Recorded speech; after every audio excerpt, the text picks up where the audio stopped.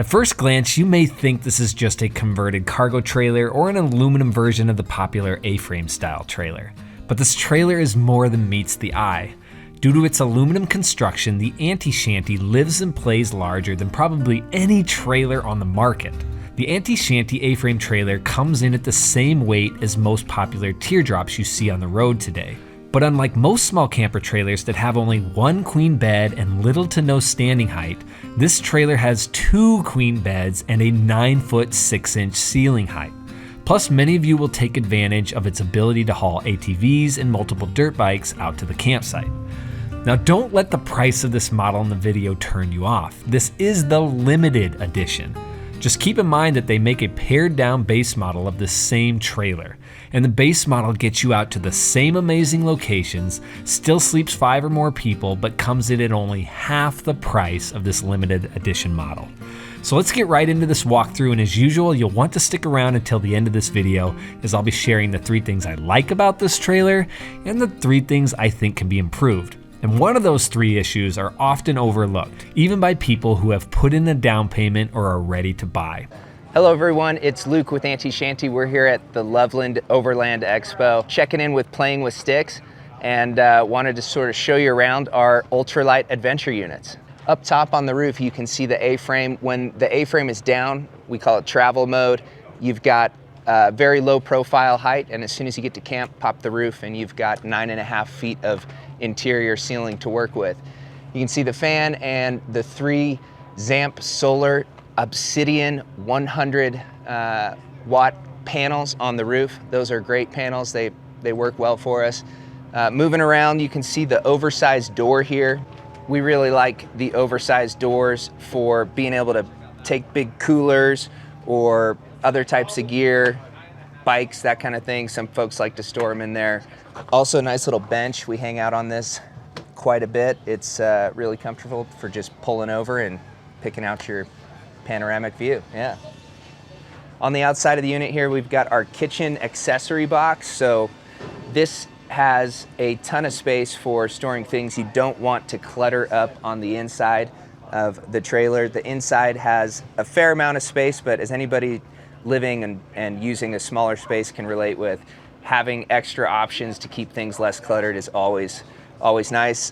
Beyond that, it's going to give you the extra flat surface area that is also coming at a premium when you're out in the backcountry or even at a campsite. Just having some extra space to put drinks, food prep, whatever is really nice. It's at a nice working height, and the shelf is fully removable in here, so if you want to store larger items like carpets or skis, snowboards, that kind of thing, they can pull out as well. The tongue of the unit here, we've got our adventure box, or our gear box is what we call it. It's basically where all the brains of the operation are housed. It's got the inverter, the Red Arc total vehicle management system, as well as the 400 amp hours of lithium battery. This unit is the limited unit, which is our top of the line model. It's available on both of our rigid roof and A-frame units, and this is the A-frame limited. On the outside here, we can see we got our shovel mounts. We can do different types of shovels. We've got the Rotopacks there. We've got water, gas, propane, extra water, spare tire, and the shower enclosure as well. Got a quick deploy privacy awning for placing your cassette toilet, as well as a 180-degree awning. So you got awnings on both sides of the limited. Another kitchen box with a bike rack on the back there as well. You'll also see on the limited, we have Baja Designs exterior spots for a full wraparound of highly visible light. It'll light up a really dark campsite. The limited comes with independent axle-less suspension from Timbren Industries. Got the 23-0 awning above us. That awning is also featured on the other side there. And as we're wrapping around the tail of the unit, this is what we call our instant awning. So this thing is the back door, also doubles as the awning. Just pop it right open and you've got a nice little spot to hang out in, inclement weather, that kind of thing, shade from the sun. So speaking of instant, I think one of the questions is going to be, how quick does this pop up when you're talking the A-frame there? Yeah, so the A-frame can be deployed in I would say with all the jacks, roughly a minute, minute and a half. If you're moving, it's the process of popping the roof itself is 3 latches and then popping it open. So it takes just a few seconds to really get the thing up. We can come around the back here. This is the lower bunk, lower queen bunk. It's got a few different options for where you can place the panels. It's a tri-panel system. So there's 1, 2, 3 panels, and those panels can be fully removed or configured in different ways. So people will pop them in the middle there for a nice picnic table. If it's just a couple traveling, some people will remove the top bunk entirely to give a ton of extra headspace. All sorts of different ways to use it. With the bottom bunk removed, you can pull in a single moto, couple motos, quad will fit in here nicely. Lots of different options. Integrated ramp slots here for the storage of double ramps or single ramp. One piece that's kind of unique about our trailers is they're all made of aluminum except for one piece of giant steel tubing. And that steel tubing goes from the tongue of the trailer all the way to the tail of the trailer, which gives you total confidence to place things like heavier bike racks, that kind of deal off the back without worrying about it bouncing around and kind of torquing a little heavy on the trailer. So what are you guys suggesting, like number of people sleeping in here? So we have customers that will stack people in here. So we've got customers who'll do like a sleeping pad on the bottom here with a couple kids down on the bottom, and then themselves will sleep up here, and then maybe 3 kids at the top. So we've got people who will really put them in here. A lot of people like to do just a couple down here and a couple up top. And then if you have maybe a little one, you can add an additional panel off the back here for above your feet to have kind of like a crib area. So yeah, we've got lots of families that use them in all sorts of different ways. Yeah, and then moving around the side here, you can see the rest of the Baja design spots. It is really neat to throw those on and have just a huge area of light you can work within. Another kitchen box back here as well, and this one's got the one-up bike tray mounted to it. Yeah, so this one has just some stuff stored in here, but as you can see, this kind of stuff floating around on the inside is just always a hassle to manage. So that's basically what this trailer is gear management system. And this stabilizer jack, I've never seen this before. Where's this out of? Yeah, so those are pretty unique as well. They are all aluminum, so they're super lightweight, and they're also rated for the whole unit, so they're actually leveling jacks, not just stabilizer jacks. So you go to a campsite that's super off camber, fire these up and level yourself out really easily, and they swivel up out of the way obviously as well. On the Limited, we have all electronic entries. So it's the keyless entry from RV Lock. They work great, gives you the option to not have to carry an extra set of keys around. Moving on into the cabin of the unit here, you can see it's got a ton of space as soon as you hop in. One of the advantages to the A-frame is the ability to camp in it when the roof is down. So even when the roof is down, you've still got room to sort of crawl around in here. You've got the full queen bed you can access without having to pop the roof if you need to do a quick overnighter. Super versatile setup, but we use this as a changing room. This is also a great kitchen prep area. In the middle of the countertop here, we've got our Wallace diesel heater and stovetop combo that gives you glass to cook on and also heat for the interior of the unit. So we really like that piece, works great. Got a sink in the Limited. The Limited also comes with the on-demand hot water system as well for the exterior shower and the sink on the inside. We've got soft touch lighting in the Limited, which is kind of neat. It throws off a different hue of white light, which is a cool little feature. Kitchen accessory shelf for all the storage of your knickknacks. Molly panels for kitchen storage or kitchen accessories you want to have at a nice hand's length away. This also has the Dometic fridge freezer combo, so tons of space to basically store whatever you need to refrigerated. You've got a slide here to move it in and out for full access. We got the AC built in underneath the countertop here. And what's also nice about the limited unit is with the 400 amp hours of battery, this thing just goes. 300 watts of solar on the roof with an additional, you can see probably right here tucked in, Zamp Obsidian briefcase panel. With that amount of solar and the 400 amp hours of battery, you're making energy. That's endless. Yeah. So as long as there's sun, it's really great. You plug in heavier draw items like one wheels, electric bikes, that kind of thing. You can run off-grid blenders in here. Whatever type of power consumption needs you have, this thing has you covered. So the one question I have, it's hard to see on video, this is a high ceiling. What would you say the standing height is in this section of the trailer? Yeah, so we get that a lot from really taller individuals and people just who appreciate headspace. From the floor here to the very top there, you're looking at 9.5 feet. So it's got that kind of peaked cathedral ceiling feel to it.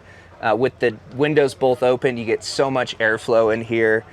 It's basically an open air shade structure.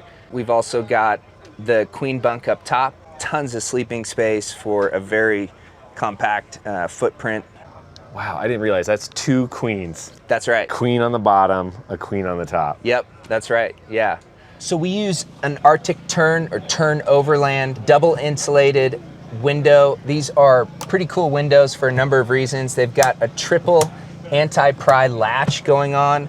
My favorite feature on these units is the half latch, which is right snapped in the middle, gives you just a few millimeters of airflow, but full triple anti-pry locking. And then they also have an integrated bug screen and full blackout screen. And the footprint of this trailer, when this is parked in your neighborhood, how big is this? In your driveway or in your neighborhood, the trailer from tongue to tail is 14 feet, the cabin itself. With the tongue on it, you're looking about 16 and a half, somewhere in there. Wow. So this is a trailer, it's small, but it lives big. Exactly, yeah. And we can make them fit in a standard garage if that's what you need. We also build them with more ground clearance and other options if that's what you're looking for as well. 3 things I like about this trailer. Now the first thing is what they call the instant awning. Unlike many of these overland off-road trailers that require cumbersome 270-degree awnings to set up, I really appreciate that they included one awning that can instantly set up similar to a teardrop galley hatch. This allows you to quickly pull over at roadside parking areas and campsites and immediately take cover from the elements. However, without a slide-out kitchen, if you want to cook outside, this will require you to set up and tear down your outdoor kitchen. Number 2, the fact that this trailer is small but lives large. Check out these stats. It has a removable tongue that decreases the size of the trailer from 17 foot 6 inches down to 14 foot 5 inches, allowing it to better fit in tight spaces, obviously. Also, the base model is only 7 foot 5 inches high, meaning it will fit through the door of many of your garages. And maybe best of all, the base unit only weighs 1,700 pounds, so it can be towed by many mid to full-size SUVs. Keep in mind, if you add the heavy toys, this obviously greatly will increase that weight.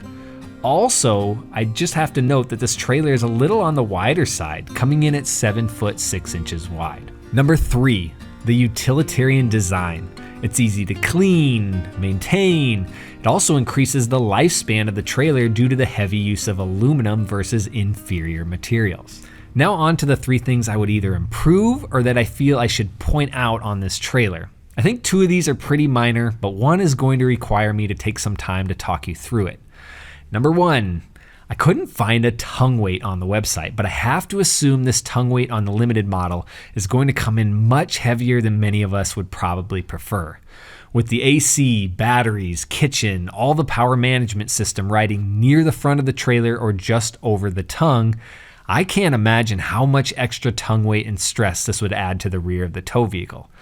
I think the base model will obviously be a much better configuration for tongue weight, But if you do go with these upgrades, I would make sure to get an accurate tongue weight from Antishanty before handing over that down payment. Number 2 is another weight consideration. I raved about the base model coming in at only 1,700 pounds, but I probably should note the weight of this limited edition. The weight of this model is coming in at 2,700 pounds, which will obviously kick a lot of your daily commuter SUVs out of the running for towing this trailer. So essentially, you may need to upgrade that tow vehicle plus spend $73,900 for this model. It definitely makes the base model at $37,900 seem like a much more viable option for many people. Number 3, this is a big one that many people overlook, and that is the fact that this trailer, although hard-sided, still requires a rain fly over the roof for inclement weather. And it also requires a removable insulating layer over the A-frame section to increase the R value during colder nights. Now, hold on, hear me out. Many people in the forums and online just assume this is a poorly built trailer if it requires a rain fly and temporary insulation. And I agree, it really doesn't make sense for many of us, but what it comes down to is priorities. Every trailer build has trade-offs. There's no perfect trailer, and that usually comes down to sacrificing something to get something else. 2 years ago, my family spent 3 straight weeks in our 1970s canvas pop-up trailer. We absolutely loved the amount of mesh and the feeling of sleeping close to nature with all the sounds and the breeze. So when we designed our current trailer with Charles, we really had to make a tough decision. Do we want the nice, airy trailer that feels like we are living outdoors, or do we want something that is truly 4 seasons? In the end, we sacrificed the tent feeling that we love for a bit more protection from the elements. And I think that is what happened here with Antishanty, but obviously in the other direction. Really think about what you saw in this walkthrough. This was a pretty well thought out design with quality components. And after getting to meet the folks who designed this camper, I realized these are folks who actually camp and have the ability to make a great camper trailer. So I don't think this was an oversight. I think this is a company with the intent of building a trailer that lived both like a cabin and a tent, which obviously would be well suited for environments like Utah, but they still wanted to have their cake and eat it too. So the only way to do that would be to add a rain fly. As stated in their online materials, their trailer without the fly is 99% impervious to the elements. And with the rain fly, it is 100%. So with all that said, just keep these next points in mind if you are looking to purchase this trailer. What environments will you be taking the trailer in? What happens if you have to put the rain fly up when an unexpected storm blows in? Do you have to collapse the trailer to get the fly over the components? Will water get in at that point? Or better yet, do you just err on the side of caution and put the fly on every time you go out? Sounds a bit tedious. Basically what I'm saying is, anytime you buy a trailer, really think through situations like this and make sure you ask all these questions to the manufacturer before you make that purchase. All right, off my soapbox. If you enjoyed this trailer, you really need to check out our Intech Flyer Explorer walkthrough here. This also hauls the toys, has a utilitarian design, and fits the entire family. And as usual, stay safe on the road, and we will see you in the next episode.